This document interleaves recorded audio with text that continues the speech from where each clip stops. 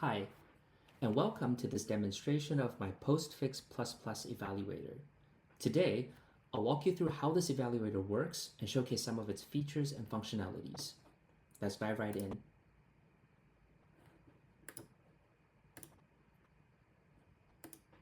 Because I built this evaluator in JavaScript, I decided to create an HTML interface instead of a CLI to give a cleaner look and to be able to move explanations into the console panel, effectively separating user operations and code explanations. Hopefully, this will be easier to grade.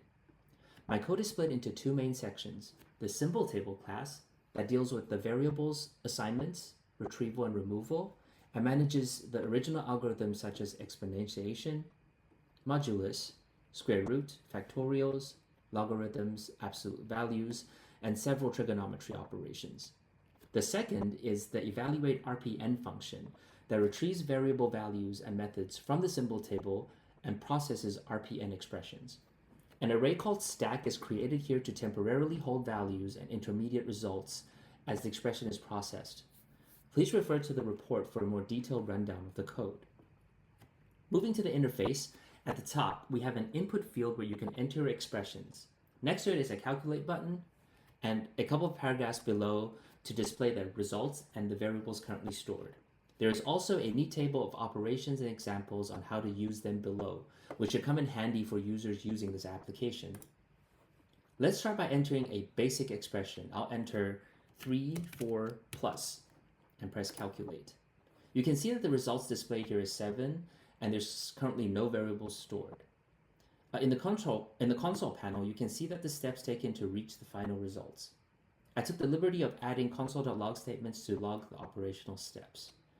Now let's assign this result to a variable. I enter A7 and the assign operator and press calculate. This assigns the result to the variable A. The steps of assigning a value to a variable can be seen in the console panel. Let's use this variable in another expression. I'll enter A3 and multiplication and press calculate. To multiply the original value stored in A by 3, which equals 21. The steps you can see is also in the console panel. The evaluator also supports more advanced operations such as the power operation. Let's compute A raised to the power of 2 caret and press calculate. See, as you can see, the result is 49.